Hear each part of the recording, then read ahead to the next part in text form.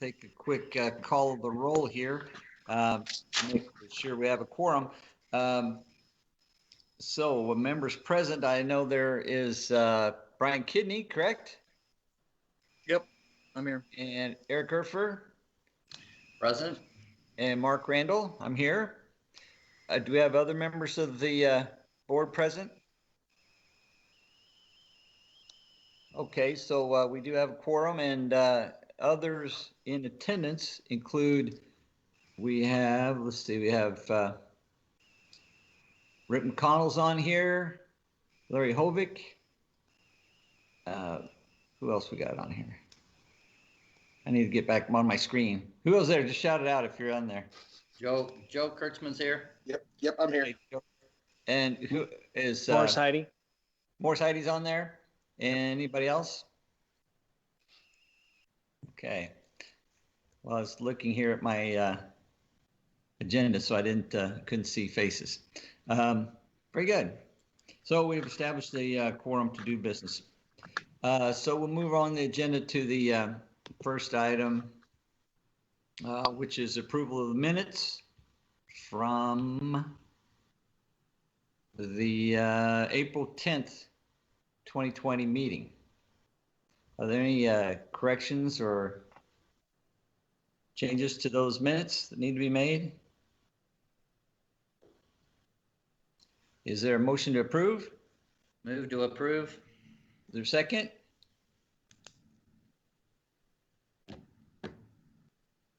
Brian, it needs to be you.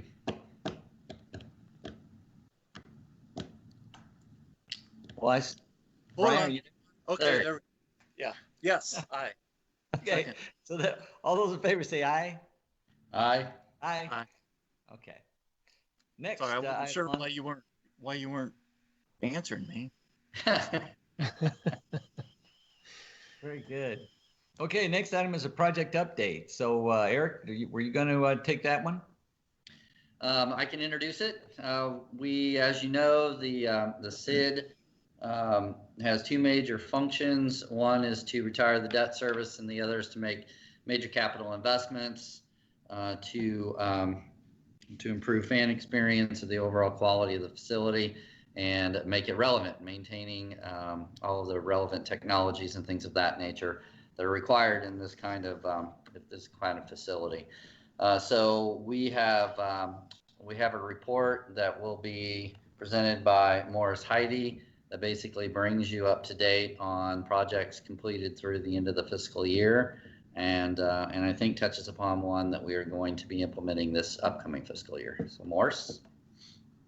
All right, let me share my screen with you. What I thought I'd do is actually, and this is obviously from 2 fiscal years ago, but due to some amendments and modifications that the CID board made, I think it's still relevant to talk about our FY 18-19 project. So let me share that with you, and we'll kind of go in reverse order, or oldest to newest. So hopefully everybody can see my screen here. Mark, can you see that? Yep. Okay, very good. So should be familiar with this. Presented this format over the last several meetings and kind of made notes here at the top, some background information, just due to all the changes, the amendments that were made to the project list. So presenting this for information. So last year, August 21, we made some amendments to kind of spin down some of the balance that we had. Some of the projects had come in under budget. And then back in February 19th, 2020, also made some amendments, which theoretically would have left us a balance of $155.32. So down below are a list of all the projects, which at this point have all been completed. So these last 3 items down here were added back in February. Those came in slightly under budget. So overall of the $2.8 million, which was approved for the FY 18-19 budget for capital projects, we came in slightly under. So we had a balance of $821.91. So just about spent every penny there. But all of these are complete. These showed deferred or on hold because they were actually brought back later because some of these initial projects came in over budgets, unfortunately. So But there are a list of projects. If you have any questions, I'd be happy to answer them.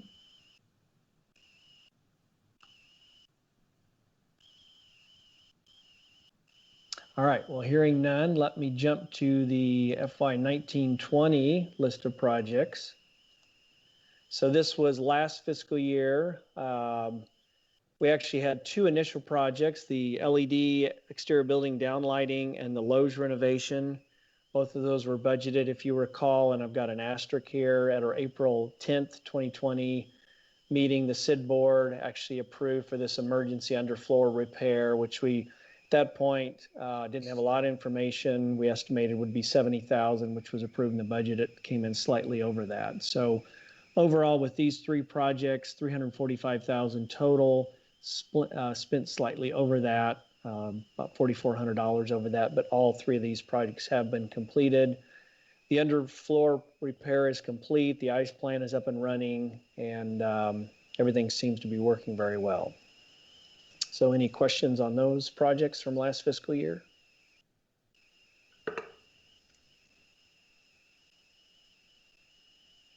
All right, hearing none, we'll jump to the current fiscal year project list. So we just have one.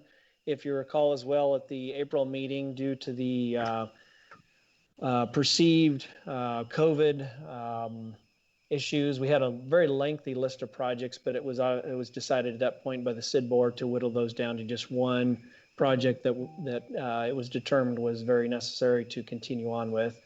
And that was a building management program replacement. So this is the HVAC controller system for the arena, controls all the heating and cooling, the AV boxes, rooftop units, etc., air handlers.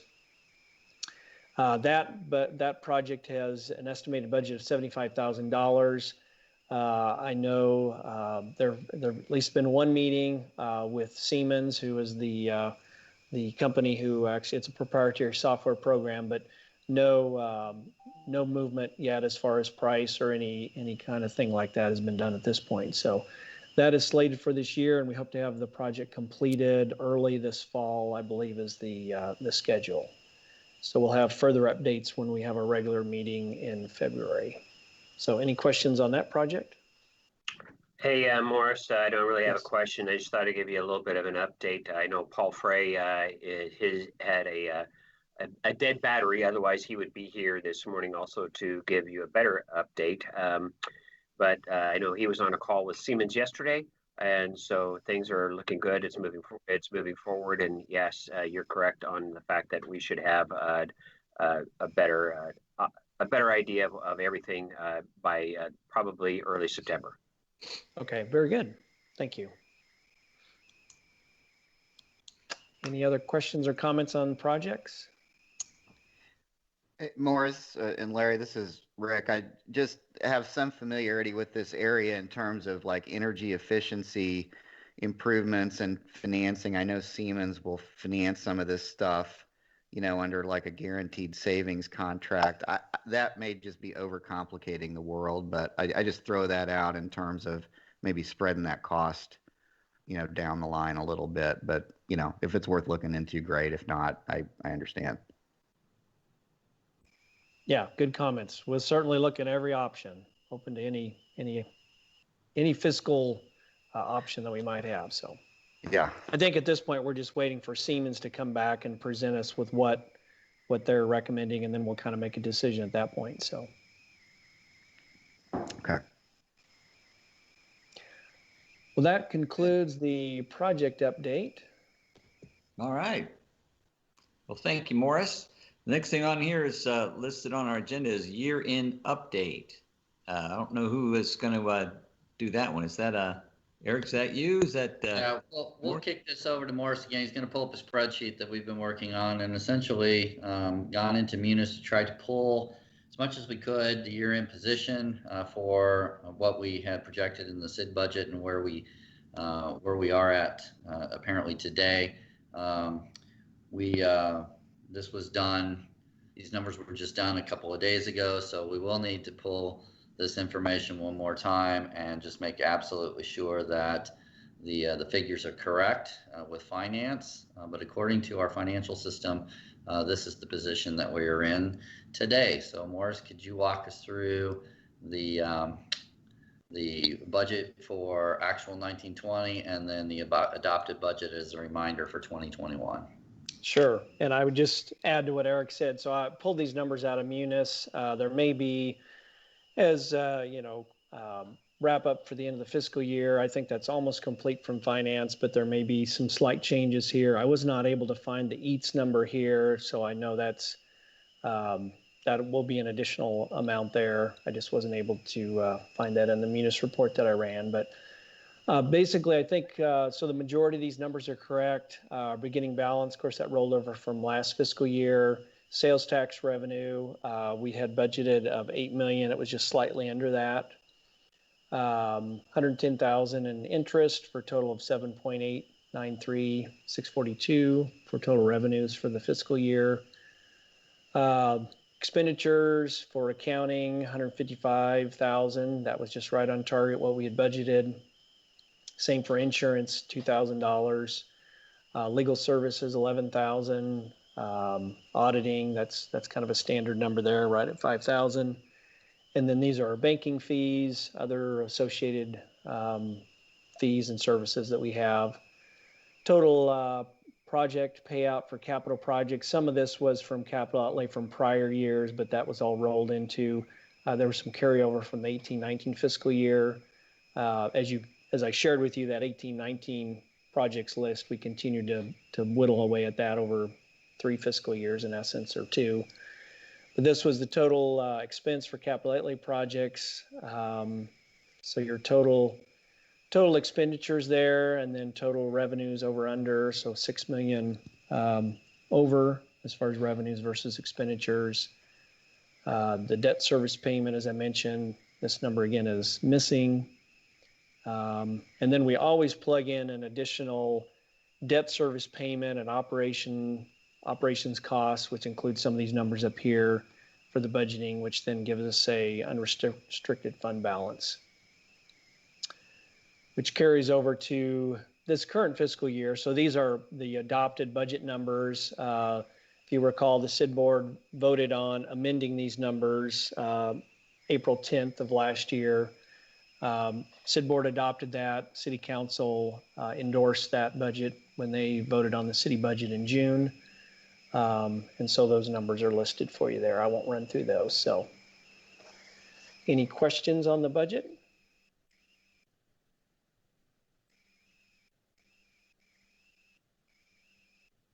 I might share as well the CAP fund. Eric, would you like me to go through that? Kind of show the CAP fund report. Oh, you're muted.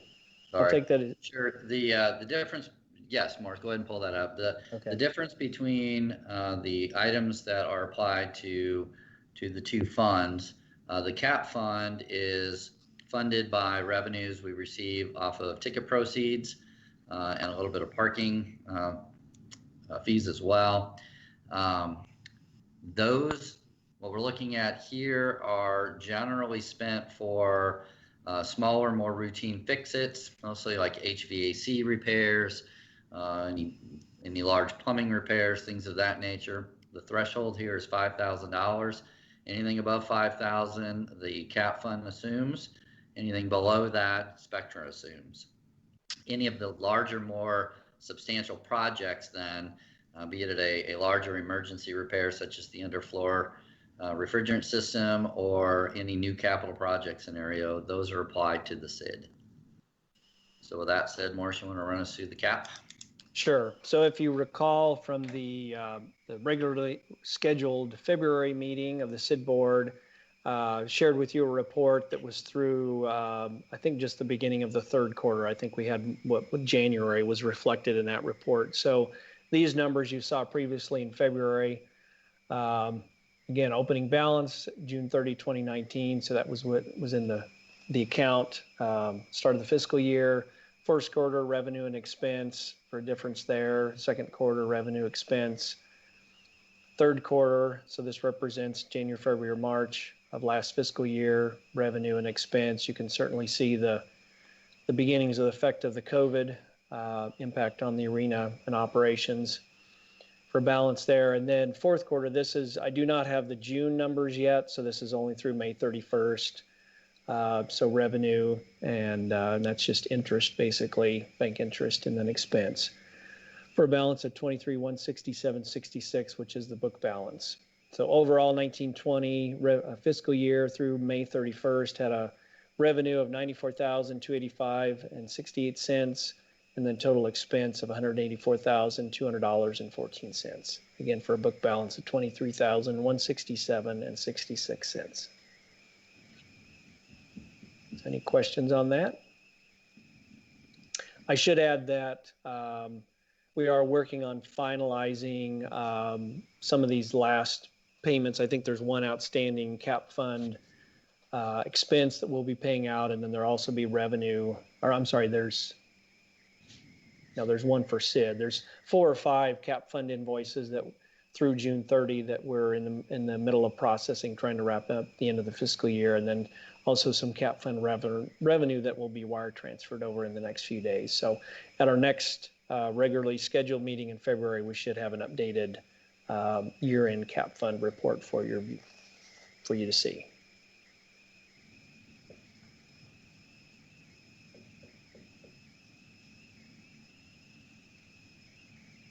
All right, that's all I had.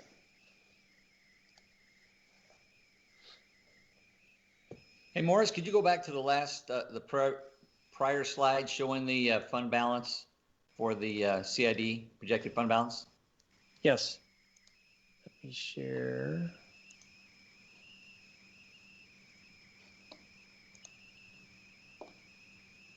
Can you see that there? Yes.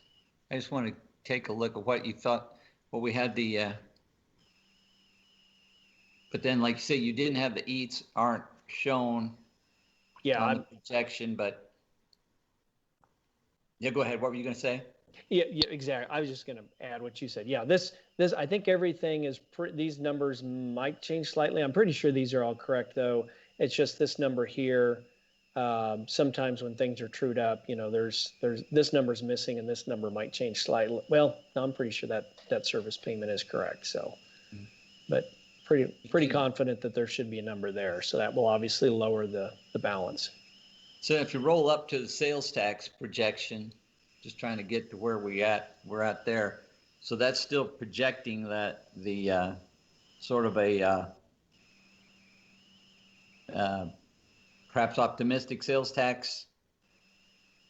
Well, and I should add, even with the impact of COVID, we did not, we monitor. I run a weekly financial report from Munis, our financial system. We really did not see a huge drop in the CID revenue. Costco, some of the other major, shopping retail establishments that are contributing to that CID fund, business seemed to be going very well. A lot of transactions. So, yeah, see, that's very consistent. As you know, Zach, the city was expecting like a big drop in the last quarter and of the current budget year, which was the July 1st. He was really expecting a bad one during that quarter, and it really didn't happen. I think some people are expecting there to be still could be bad, yet to come, but we just haven't seen it on the monthly sales tax for the city, so that the CID would reflect that as well. But I think he's still hedging and expecting there to be a bit of a drop in this quarter, but I don't know if that's like you say, nobody's seen anything as yet. Yeah. Other than we know tourism, of course, but that's different. But different funding source. But yeah, as far as the retail purchases, in-store purchases, it seems like that's been pretty steady, pretty consistent. There might have been a slight drop, mid-March, when the initial kind of impacts of COVID kind of hit our area, but it's still pretty steady. Mark, I'd also like to point out that even though it might be our projection for sales tax revenues for 2021 might be cautiously optimistic. I will also note that our beginning fund balance is almost $8 million as well. So I'm comfortable with that projection. Even if we miss it a bit, we have some cushion in fund balance to absorb that. Fantastic. Okay, thank you, Morris. Sure. Okay, the next item on the agenda is what public comments or any other new business anyone want to bring up this time? I believe we did have a, are we looking at a vacancy on the board? Eric, at this time, do you have any official notification? Yeah, I don't have official, I have verbal notification, but nothing in writing yet, that we do have one new vacancy, and we still have a second vacancy from earlier when we had a representative from Blue Ridge Bank that did not renew their term.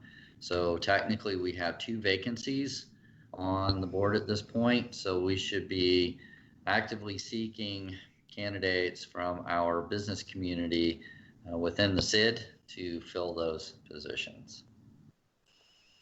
Very good. Very good. So, yeah, so we really need to try to get that accomplished. Is there any other business at this time? If not, I'll guess we'll take a motion to adjourn. I move to adjourn. I'll second. All right. All those opposed, stay here. All right. Thank you very much, and we'll adjourn the meeting. Thanks a lot for tuning in. Appreciate it. Thanks, Mark. Thanks, Thank you. everybody. Thanks. Have a great Bye-bye. day.